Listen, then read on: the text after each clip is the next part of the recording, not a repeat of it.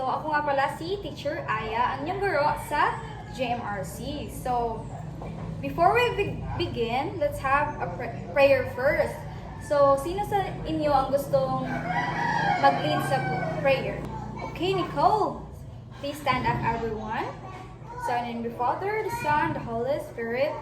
Amen. So, bago kayo umupo, pick up sa inyong mga trash kanang nasa inyong ilam sa inyong lamisa.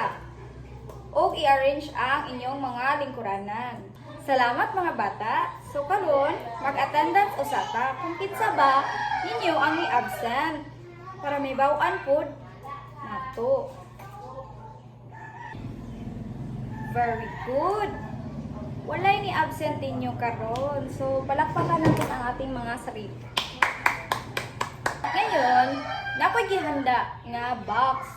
O basahon ninyo o tan-aw ninyo og unsay naa dito. So, ganahan na ba mo? I-try o ibasahon ang akong gihanda para ninyo. So, I have some example here. Kinsa ninyo ang ganahan? Please raise your hand. Okay, so ganahan jud ang tanan. First, yes, Nicole. Yes, Justine. Okay, so ganahan jud kay mo tanan. Yes, Maria. Thank you. Ngayon, babasahin niyo ang aking mga inhandang papel. Pero dihara mo sa inyong lingkuranan magbasa. Yes. Ano yun? Okay, ano ulit yung sinasabi? Yes, matipid. Maingat at masinang mag-organisa ng mga bagay. Tama. So, sino sa inyo ang may alam kung ano nga ba ang topic na ito karon? Yes? Wag na ko na dong ganda rin. Yes! Ang atong topic karon ay ang pagiging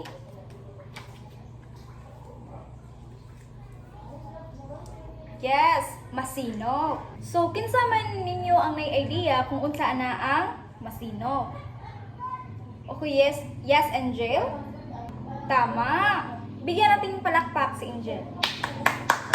Ug unsa pod? Yes, pagkuan. Tamang paggamit sa electricity para dili masuko si mama. O nga dako og bayran. So, mao na ang masinop. Ano pa? Yes, pag-turn off sa mga lights. So, magsugod na ta sa atong discussion proper. So, ano na to mahibaw-an kung unsa ba ang pagiging masinop. So, karon atong hinahinayong pagsabot ug unsa jud ni ang pagiging masinop. Okay. Ato yung tagsa-tagsaon ug pagsabot kung unsa man jud na ang masinop. So, ang ibig sabihin ng pagiging masinop ay pagiging matipid sa iyong ginagamit. So, unsa man itong usually gigamit sa itong balay? Ang electricity. Yes, ang electricity. Ang tubig o yes. Of course, ang pagkaon. Appeal dyan na siya. If sa electricity, dapat badlong na to si ate o si kuya nga dili magsigig charge o dili pod sige gamit sa electric fan para dili masuko si mama if dako og bayran. So mas nakatabang pa ta kay mama. Ug sa tubig sad naman jud usahay nga kanang ang tubig dili na to mabaw. So ang atong buhaton unsa man? Yes, paungon. Ug sa pagkaon pod dili ta mag-usik-usik sa pagkaon. Para si mama o si papa, dili magsigkayod o panarbako, niya usik-usikan basad ninyo ang pagkaon. So, mao na ang pagiging masinop. Isa pang ibig sabihin ng pagiging masinop ay ang pagiging maingat sa mga gamit na mayroon ikaw or mayroon ka. So, of course, if nakaigamit sa eskwelahan, mga gamit sa bahay, mga gamit sa kahit anuman, dapat maging maingat tayo. Maging maingat tayo sa ating mga gamit para hindi tayo makasabaan sa itong mga di ta makasabaan if mga wagtang ba. Kaya if mawagtang man, magpalit na sad si mama o bago. So dapat maging maingat tayo sa mga gamit na mayroon tayo, of course. At ang panghuli, ang pagiging masinop ay pagtitipon ng mga kagamitan na maaari pang mapakinabangan muli. So, ang example ana, ang atong mga sanina o mga gamit sa balay. If naman tayo gamit sa balay nga guba, dili ta na ilabay kay pwede pa na nato unsa man. Yes, Chadi? Yes, pwede pa na nato i-recycle. Okay, palakpakan natin si Chadi.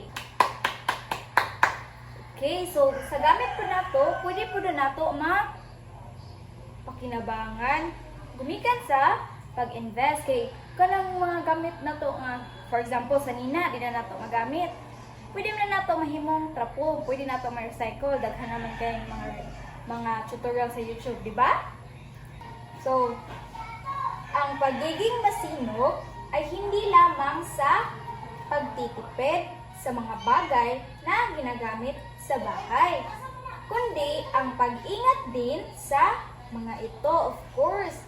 Ang kaning pagiging masinop, dili ra kay ni sa pagtipid, kundi kailangan po nato maging maingat or atong ampingan atong magamit nga naa nato. So, mahalaga na hindi mo inaaksya ang tubig, of course. Dapat dili na tuusikan ang tubig. Ang pagkain, di po na tuusikan at anumang ginagamit ninyo sa inyong bahay. So, unsa man yung karaniwan nga ginagamit sa inyong mga balay? Yes, Jurus? Okay, inyuhang suga dapat paungon ninyo if dili na mo gamit. Of course, pakpakan na to si Jurus. So karon, na ako'y paansira ninyo nga gamay para mahibaw-an na to ug naba mo nahibaw-an ug naminaw mo sa atong discussion. Lagyan ng check kung ang pangungusap ay nagsasaad ng pagiging masinop at X naman kung hindi. Kinsa may gusto ninyong answer? Just raise your hand. Okay, Chadi. May bago akong laruan. Iingatan ko ito para hindi masisira agad. So, unsay answer? Okay, tama. Check. Next. Number 2. Busog na ako. Hindi ko na kayang ubusin ang tinapay. Itatapon ko na lang. Unsay answer? Yes, correct. Wrong ang answer. If busog na ka, tapos di ka mga kahurot, pwede na nimo ihatag sa imong mama or imong mga friends. Kay wala ka kay bawa, gigutom po to sila. Next, tulungan ko si nanay na maghugas ng pinagkainan. So, tabangan niya yung nanay. Okay, check. Puno na ang tubig sa timba. Isasara ko na ang gripo. Check or wrong? Tama. Check. Dapat, paungon dyan na to, ipuno na ang tubig. Lastly, iipunin ko ang mga buting walang laman para ito ay ma-ibenta. Check or wrong? Check. Tama. Check. Atong ipuno ng mga buting nga wala na gamit para mapakinabangan. So, naadun mo ay nakatunan. Palakpakan ng ating mga sarili. So, para mas mahibaw-an nato, na ako'y buhat diri nga halimbawa. Para mas mahibaw-an ninyo o ma-expand, mapunan yung idea o unsa ba jud na ang pagiging masinop. So, murag si Juros, giduka man, mag-exercise sa ta before ta mo proceed sa atong discussion. Familiar ba mo kung katong sa kuan ni Barney, katong if you're happy and you know, just clap your hands? Naka-familiar mo? Oh, Okay, so if you're happy and you know, just clap your hands. If you're happy and you know, just clap your hands. If you're happy and you know, and I really want to show. If you're happy and you know, just Clap your hands. Nawagtang na ang duka ni Joro. So, mo-proceed na sa atong discussion.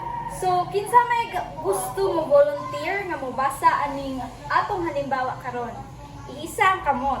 Okay, si Joro tapod. Ganahan siya makabasa. Okay, atong basahon tanan. Together with Joro. So, please stand up lang din ha, Joros. Okay.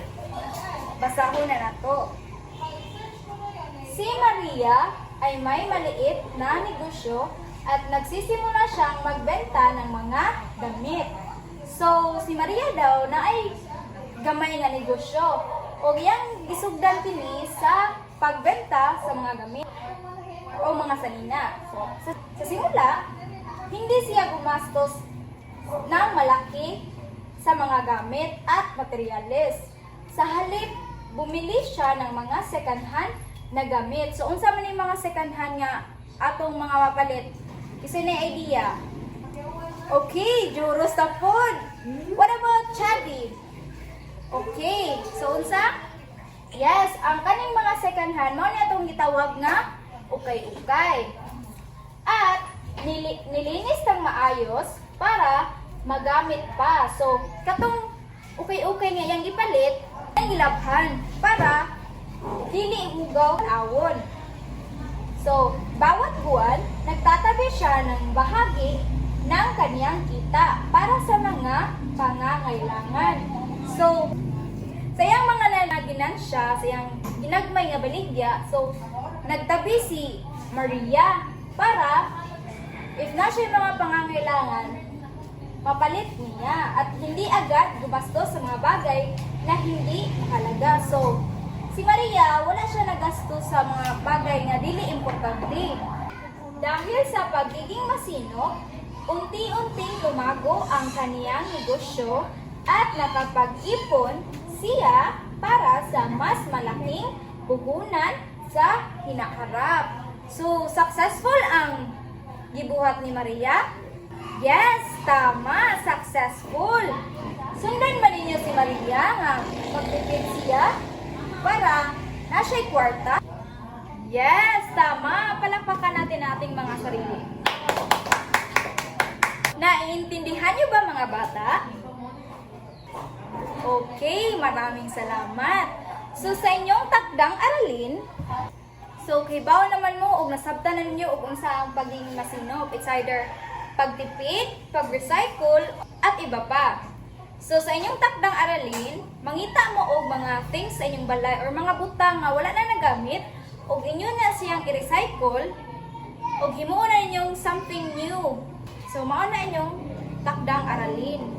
O nasa ko'y ihatag ninyo nga 1 to 5 question and tama og malira inyong suwaton. So, naiintindihan ba mga bata? Okay! Maraming salamat!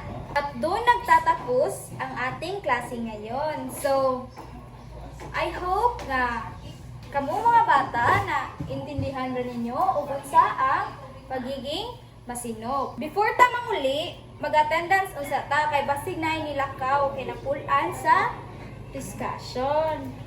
Okay, very good. Walay ning lakaw. So, kindly stand up everyone kay before ta manguli, mag-pray usa ta. In the name of the Father, the Son, the Holy Spirit. Amen. Goodbye mga bata. Mag-ingat kayo. Bye! Bye!